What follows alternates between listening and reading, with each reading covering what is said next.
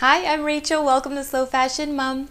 Today I'll be talking about shopping for back to school in an eco-friendly and budget-friendly way. My son is 6 years old. He's going into grade 1 this year, and over the past couple years of school, I've tried to follow a few rules when it comes to shopping for school. The first rule when it comes to back to school shopping is to check over what you already have. I know we're good for backpack, lunchbox, lunch containers, all of that because we purchased them when he started school a couple years ago and they are still in good condition. As for clothing, I had made a list about a week ago of all the things I thought my son needed, including long sleeve t-shirts, jeans, hooded sweatshirts, a fall jacket. I had this big list of stuff I thought we needed.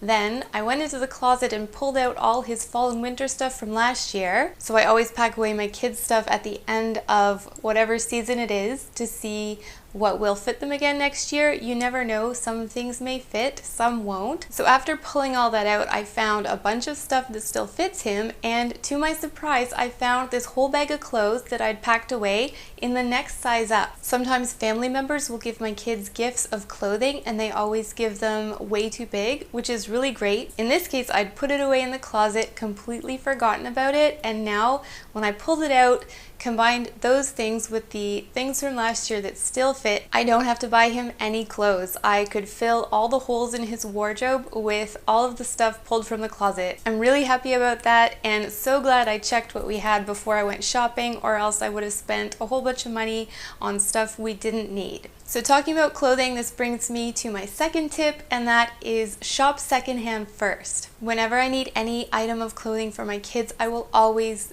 try to buy it secondhand first. My first stop is always the thrift store, and I can almost always find what I'm looking for there. Kids grow so quickly, I can always find clothes that are in really great condition and for a really great price. If for some reason I can't find what I'm looking for at the thrift store, then I move on to a children's consignment store like Once Upon a Child, or there seem to be a bunch of online consignment stores popping up these days, which is amazing. I've also found some really great things on Facebook Moms Group. There's all these buy and sell moms group on Facebook depending on where you live. They're all regional, like in your area, so that's another great way to find secondhand clothing for a great price. And then as well, there's always Craigslist and Kijiji. I personally never have luck with those, but it's always an option. So if I've gone through all those options and I still can't find what I need, then I would buy it new. Usually for my kids, it's shoes, socks, and underwear that I always am buying new. In terms of eco-friendly, I have found one brand here in Canada of organic cotton underwear for my son. It was from the brand called Zucchini. I find this category super hard to find. If you have any recommendations for children's eco-friendly or organic cotton underwear, please let me know.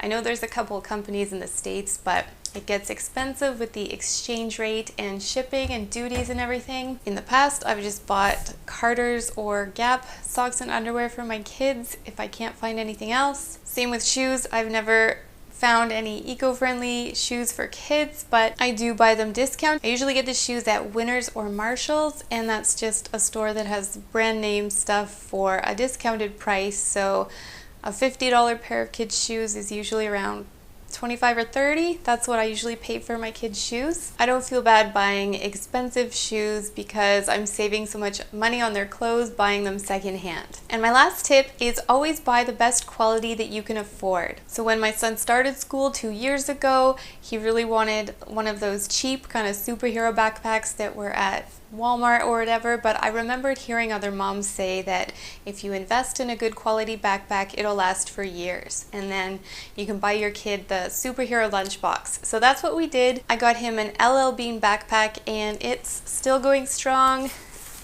It pretty much looks new. It's in great condition and it's got years to go. I bought my kids the Clean Canteen brand. So they're stainless steel. And I even got one for my daughter that has a sippy cup, and then you can just buy a new lid when it's time. She can have a sport cap or a regular lid, but I know these are amazing quality because my husband and I have both had ours for over 10 years. They are more expensive than plastic, but I know they last forever, so I felt good spending money on those. When my son started kindergarten, I felt like I was spending so much money on everything else. I kind of cheaped out on his lunch containers. I just got a plastic sandwich container. The lids snap and some little snack containers. So I have to say, in my experience, I wouldn't buy these again. A bunch of these little ones have cracked and broken, so these are the only two we have left. At the beginning of last year, I bought him these 3 come in a package, different sizes of stainless steel containers by uConserve.